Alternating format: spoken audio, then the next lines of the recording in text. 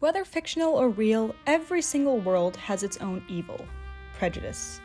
Prejudice is found in every civilization, and there are many reasons that one may want to portray it in their work of fiction. It can tell detail about the world or society. It can build a character. It can deliver a message. Whatever the intention, fantasy or realistic, for your book or just a D&D campaign, portraying bigotry may be a hard and uncomfortable thing to do, but when done correctly, it can add significant meaning and impact to your work. But portraying prejudice in a work can be a bit hard to do without making it sound, how do I put this, cartoony. Lots of media tries to do this and kind of comes off as shoehorning in an agenda or sounding like a children's PSA, and many are rightfully worried about their own work going down this path. And as someone who just had to write a raging sexist as a main character, even though I'm a woman, I'm going to show you how to avoid being cartoony while still portraying the horrible reality of prejudice and bigotry. First, let's look at the bigot themselves, because this is where the majority of works go wrong. Here is the biggest key when writing any antagonist, any bully, or just any bad person in general. The antagonist always has a motivation for their actions. No one does wrong because it's just wrong. No one just wakes up one day and decides that they're going to be homophobic. People do bad things because they believe they have a justification, no matter how stupid, simple, or unreasonable that justification might be. It could be something simple like, I'm having a bad day, or I deserve this, or someone believing in a completely different reality, and we'll get to that later. It's like stealing the last donut in the office. Say you've probably already had one donut. Maybe somebody else didn't get one, but you really want that second donut, even though you know it's bad for you. Why? Maybe you're having a bad day. Maybe you worked so hard this week, and you think you deserve that donut. Whatever it is, you have a justification in your mind for taking that donut, even if you know it might be wrong. I'll use an example of my own work. Here is a fight between a girl and her manipulative ex-boyfriend. They are arguing, and the ex-boyfriend is pulling up all of these reasons to shame her in front of her new friend. To Jack, Denise interfering is him simping for her, rather than trying to defend his friend. In Jack's eyes, Cecily's crying is her trying to manipulate him and Denise, instead of her just having an emotional moment. In his eyes, she's playing the victim. Her talking to another guy is really just her flirting. Her siding with her friend in an argument they had is her not standing up for him. You may not agree with that reasoning, but it's a reason that you could potentially understand if he went about it in a way that wasn't completely sexist or delusional. I had to tap into the mind of my ex to write this scene. As horrible as it is to put yourself in the shoes of a bigot, it is absolutely necessary if you don't want your antagonist to sound like a cartoon villain. If you want that prejudice to sound or feel real, you have to get inside the head of your antagonist. This is not to make people sympathize with your antagonist. Instead, it is to make the interaction or experience feel real and genuine, and not sound like a wish fulfillment or an r/that happened story. Because the action hits harder when there's a motivation for it rather than when it just comes out of nowhere. But how do I get inside the mind of such a prejudiced person? I don't even know why they decide to do what they do, why they believe what they believe. No one wants to be racist. Nobody wants to be prejudiced. Many people do not think that they are. They think what they believe is fact and not prejudice. Here are some quick and potential reasons of what may motivate your character to be prejudiced. Being raised into it sounds like a very easy option that's a nice quick fix for a character, but it's a lot harder to portray than it sounds. A lot of us don't really have past experiences to draw on. Or we don't think we do. And for me, that's what Reddit is for. Just going through Ask Reddit threads on people who were raised into this kind of stuff, drawing on those stories instead of your own, can be a very good substitute for writing what you know. I mean, I was never a man in the 13th century. How do you think I wrote this book? Another YouTuber by the name of Yemi De Young has a lot of really good rewrite scenes, and one of them I want to show you here, which is a really good example of this. In the original High Guardian Spice, Aster is kind of an asshole just to be an asshole. In this rewrite, he's not sexist for the sake of being sexist. Rather, he's being overprotective because that's what he's been taught. In this scene, Aster is used to his sisters relying on him to protect him, so he just automatically thinks all the other women that he's gonna meet are the same. It's not Handmaid's Tale sexist, but it is still a sexist ideal. Perhaps there is a tragic incident in somebody's past, like an immigrant shop putting their parents out of business, or a violent incident that they wrongfully applied to everyone of a specific people group. Like in the Bloodland Saga, Friedrich hates all the Baltic Prussians because they killed his father, enslaved the rest of his family, and horribly mistreated him. People like this tend to cling onto anecdotes. When I think of people like this, I tend to think of people like Jenny McCartney and her autistic son. Despite all the evidence that vaccines don't cause autism presented in front of her, we still hear her say, "My son is my evidence," showing that no matter how much evidence you may present these people, they'll still cling to their personal experiences. Maybe that prejudice is cultural and ingrained into that society. Or maybe it's within a specific time period. Now, time periods are another story and a separate topic entirely, but normally it involves echoing the sentiments seen in pieces from that time period. Like when writing the Bloodland Saga, I looked at society's views on women at the time, their roles, their rights, etc. Let's look at a more modern example. For this example, I'm going to draw from a story that my boyfriend told me. My boyfriend is from Central Asia, he lived in Russia for 8 years, and his brother still lives there. My boyfriend's brother looks very Central Asian, and he still works as a dentist in Russia. And he once had somebody, a white Russian patient, say that she did not want him as her dentist and requested an ethnic white Russian instead. Now, it can be hard to put yourself inside the shoes of this person, but let's look at the reasons why she would have said something like that. Was she afraid that this dentist was not going to be able to understand her? Did she think that he earned a foreign degree that may not be of the same quality as that earned in Russia? Or does she think that all Central Asians are backwards and can't perform dentistry like Russians can? All of these are pretty racist thoughts, varying in levels of prejudice, but they are nonetheless motivations that are shaped by culture and society, as Turkmens were colonized by Russia and are still seen as inferior by many due to religious, racial, and other reasons. So here is where this all comes into play. Say you had to recreate this scene based on just what I told you. How would you write the dialogue? Would you have this woman stand up from her chair and go, "Ew, gross, this is disgusting, I demand a white dentist"? Or would you have her pull an assistant aside and say, "I don't feel comfortable with this dentist. Do you have someone more qualified, maybe someone with more experience, someone who is Russian?" Or maybe something simple like, "Could I have a Russian dentist instead?" See how one sounds like a fake Reddit post and the other actually sounds like a racist white lady? Both of these are terrible things to say, but one sounds like something you would actually hear in real life. Going off the Russia example, let's divert into homophobia. Gayness in Russia is cloaked in sin or taboo. People believe that LGBT is a choice. They believe that they are spreading sexual ideas to children. Well, none of that is true, but in a society like Russia, not Russian cities, Russia, this is a cultural norm. Most humans have a fear of the unknown. A lot of prejudice comes from what you don't know. There are a lot of places in the world that have never seen another person outside of their race. A lot of people that are misogynistic rarely interact with women at all, giving them more room to make misogynistic and incorrect theories with no way to disprove them. If someone has never really met anyone of this other group, they have no idea what they're like. And a lot of times, people just automatically assume that that group automatically hates them because of their identity. A lot of people are also scared of change, believing whatever change is coming is going to impact their daily lives. Look at Vaishni from Ruby.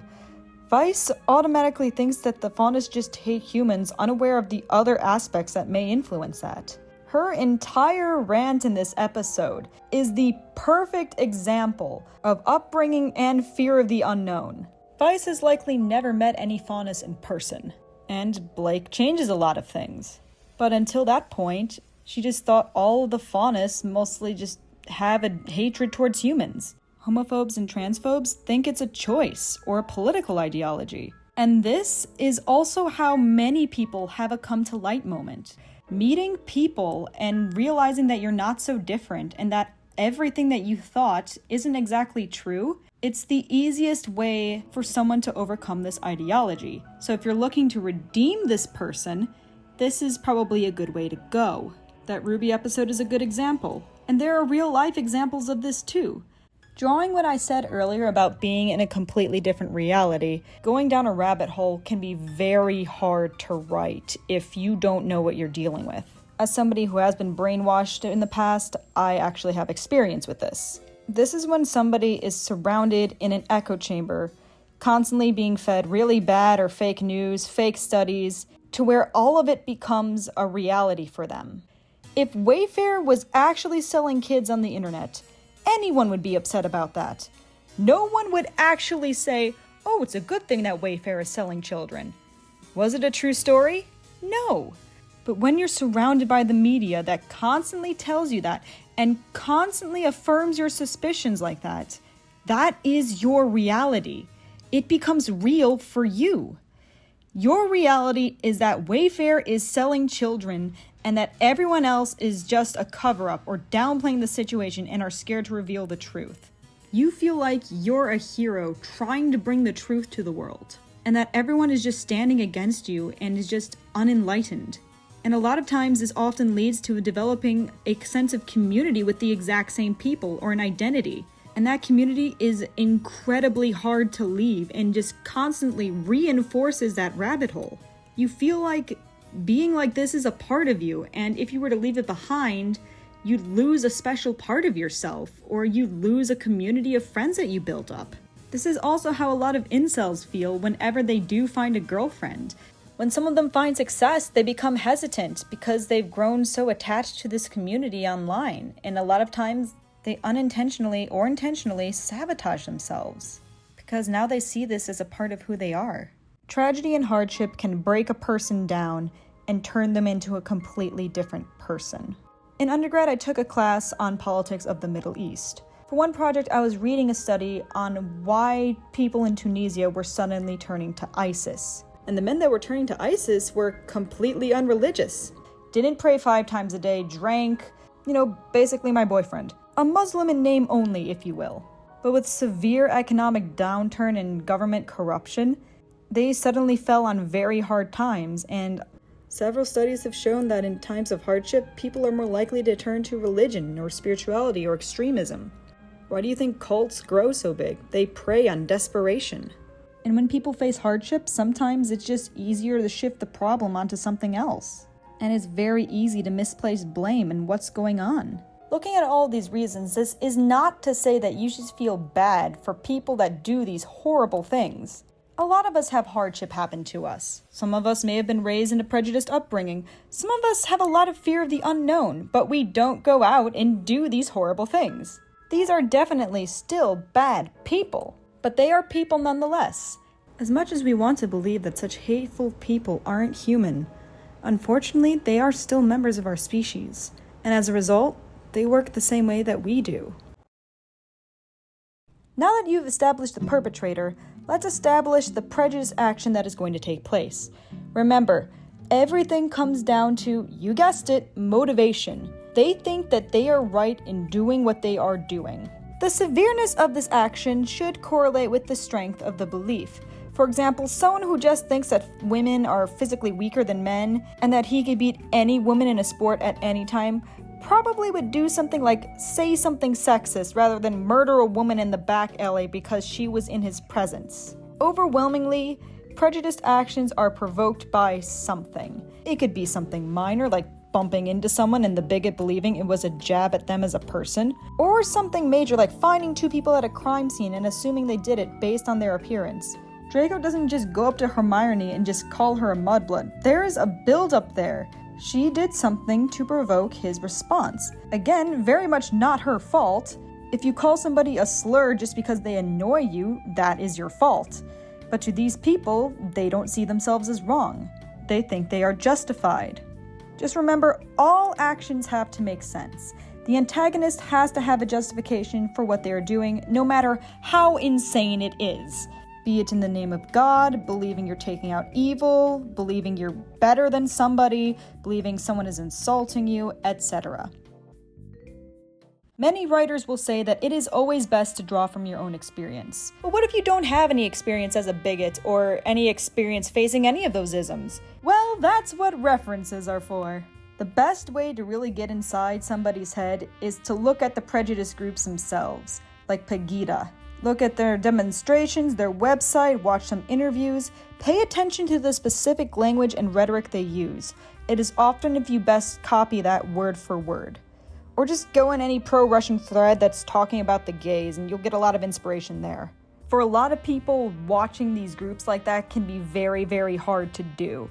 It could ignite a lot of really deep trauma, or just make you really, really frustrated. To me, the easiest thing to do is to watch a YouTube video of somebody doing a deep dive into these groups. I always find that YouTubers doing reviews of these groups helps preserve a lot of my sanity. I will also direct you to Reddit. If you don't have any experience facing or dealing out prejudice, ask Reddit or simply watching interviews from others is a great way into somebody's head. We can also take a look at other media that has done this successfully. Static Shock is probably the most famous example of prejudice being portrayed in kids' shows, and with good reason. The sexism scene in Madoka Magica is also a very good reference. The dialogue here is very natural. Sayaka's reaction is very natural. It makes sense for someone her age to just start talking to them rather than just going up and punching them in the face. The purpose of the scene is to have Sayaka give up hope on the world that she's been protecting and push her more into despair. The confrontation here seems to fit because it's more than just, hey man, don't be sexist. It tells us about the society. It contributes to Sayaka's descent in despair, making her question if this world is even worth fighting for. The Teen Titans episode dealing with racism is an absolutely great reference. Valior even uses all the stereotypical racist one-liners, and we see the overt and the subtle discrimination, and we also get to see reactions. And I unfortunately ran out of time to go over reactions in this video. And of course, it is always good to look at some of the failures and learn from them. When I say failures, I mean Velma and High Guardian Spice. And no one wants to end up like High Guardian Spice. Don't end up like High Guardian Spice. High Guardian Spice has characters being sexist just for the sake of being sexist. And you can really tell that that is the case because the entire scene makes you want to cringe. If you've written a scene where you question yourself, horrified by what you have just created, thinking you may have gone too deep, and you possibly feel disgusted with yourself at the end, you did it right. I never said writing was easy. The audience will never see it and will just say, wow, that hit home, but you will feel absolutely gross. What? Did you think that writing a dark, horrific topic was going to give you the warm fuzzies? Did you think jumping into the skin of your characters to write them is easy? I'm sorry, did you think writing a bigoted character was going to be fun? Oh no, you will most certainly hate yourself afterwards. But if you hate yourself afterwards, you're doing it right. If you look at the scene you created and you think, you know what, this doesn't sound like it should be in a kid show. This seems like something I'd see on the street. You did good. In conclusion, bigots are people and should be written as any other character. Every action has a reason. Write what you know or what someone else knows. And learn from others' stories and mistakes. Whether you want to teach an important lesson or build up a character, prejudice and bigotry can do a lot for your work. But be warned that you may have to go into some ugly depths if you want to make it feel real.